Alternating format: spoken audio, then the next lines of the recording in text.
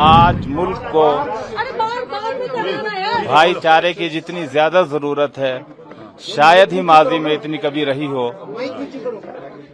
उस भाईचारे को और वक्त की जरूरत को मद्देनजर रखते हुए हमने ये कहा है कि जो हिस्सा अवैध है उस हिस्से को अभी बंद कर दिया जाए, और जब कानूनी प्रतिक्रिया आपकी कार्रवाई पूरी हो जाए तो आप हमें इजाजत दें, अवैध हिस्से को हम खुद ही हटा दें। वो कितना हिस्सा है? 2 मंजिल है, 3 है, कितना आपने लिखे हैं? जो एमसी देख के हमें बतलाएगी कि ये अवैध है, उसको हम जो है मान लेंगे। जो जिसको लिया गया, ये दबाव में आके लिया गया या जो चीज।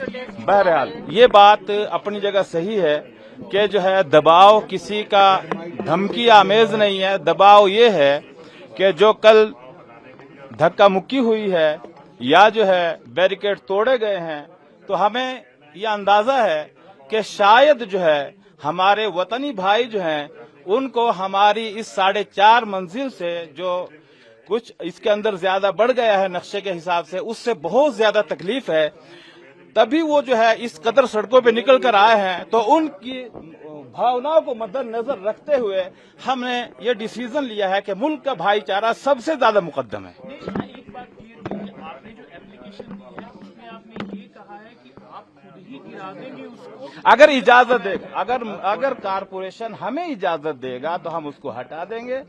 अगर बहरहाल जो है अभी हमने ये कहा है कि जब तक जो है कारपोरेशन अपना डिसीजन न ले तब तक उतने हिस्से को बंद कर दे। कितना हिस्सा है वो कारपोरेशन जानती है। हमें कानून का इतना ज्यादा पता नहीं है जितना कारपोरेशन को पता है। जो हमने ये एप्लीकेशन दी है, ये हमने इसलिए दी है एप्लीकेशन कि जो ये अनलीगल जो भी है, जो फैसला कोर्ट का आएगा वो तो जब आएगा, मगर जो हमने कल हालात देखे हैं या दीगर जगहों से जो भी हालात बन रहे हैं, हम हिमाचल प्रदेश के स्थायी निवासी जितने भी हैं सदियों से प्यार मोहब्बत से रहते हैं और आगे भी हम आग्रह करते हैं हम प्यार मोहब्बत से ही रहें।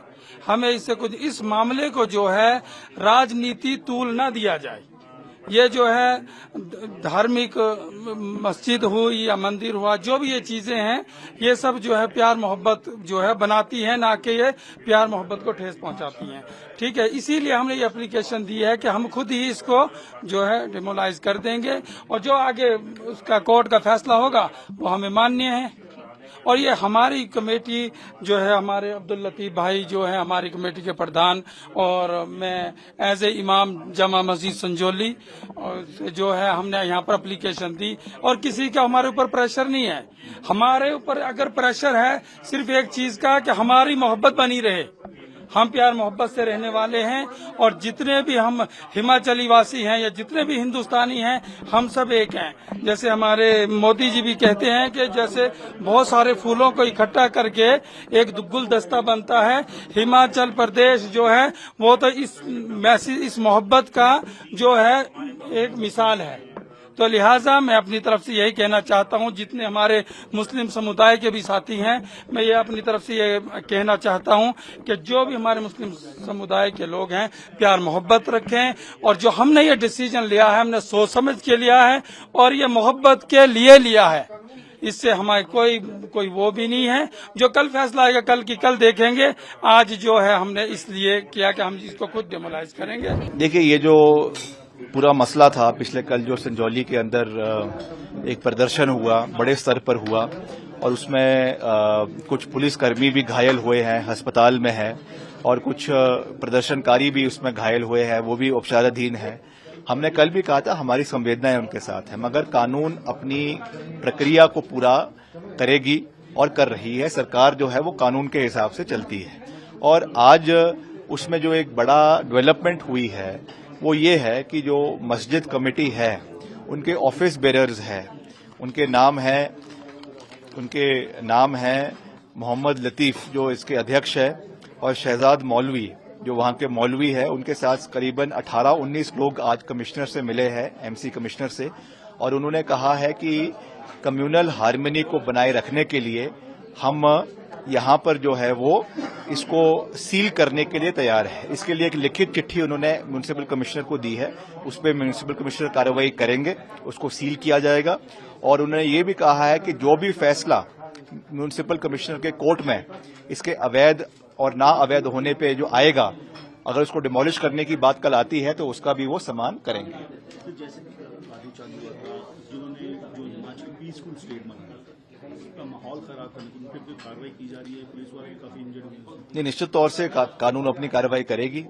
ये जरूर है कि उसमें कुछ लोग ऐसे थे जो जेन्युइनली वहां पर आए थे, मगर कुछ लोग वहां पर ऐसे भी थे जो राजनीति करने के लिए वहां पर आए थे और लोगों को उकसाने के लिए वहां पर आए थे।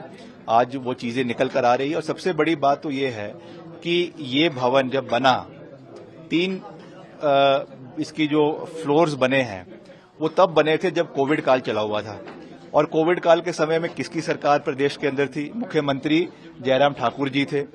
म्यूनिसिपल जो है आपका मेयर शिमला का वो बीजेपी का था, डिप्टी मेयर बीजेपी का था, जो एमसी कमिश्नर उस समय है वो भी बीजेपी के समय सरकार ने ही अपॉइंट किया था। उनकी समय में सब चीजें हुई, उनके समय में ये भवन बना, और आज उल्टा कोतवाल चोर जो है वो कोतवाल को डांटे वाली परिस्थिति बनी हुई है। तो इसके ऊपर लोगों को पता चलना चाहिए, सब चीजें पता चलनी चाहिए।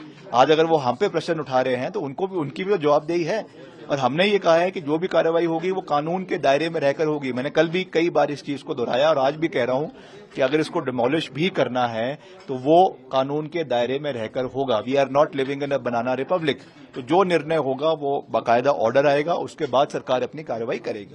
सर, कोई एक्शन होगा जो जिन्होंने ये जगह लॉट की थी, कैसा दिया, उन्होंने कार्रवाई होगी, इन्वेस्टिगेशन होगी? नहीं, इस पे निश्चित तौर से सरकार इस चीज को देखेगी, किसने पैसा दिया, किसने इसके लिए परमिशन दी, अवैध परमिशन कैसे दी गई।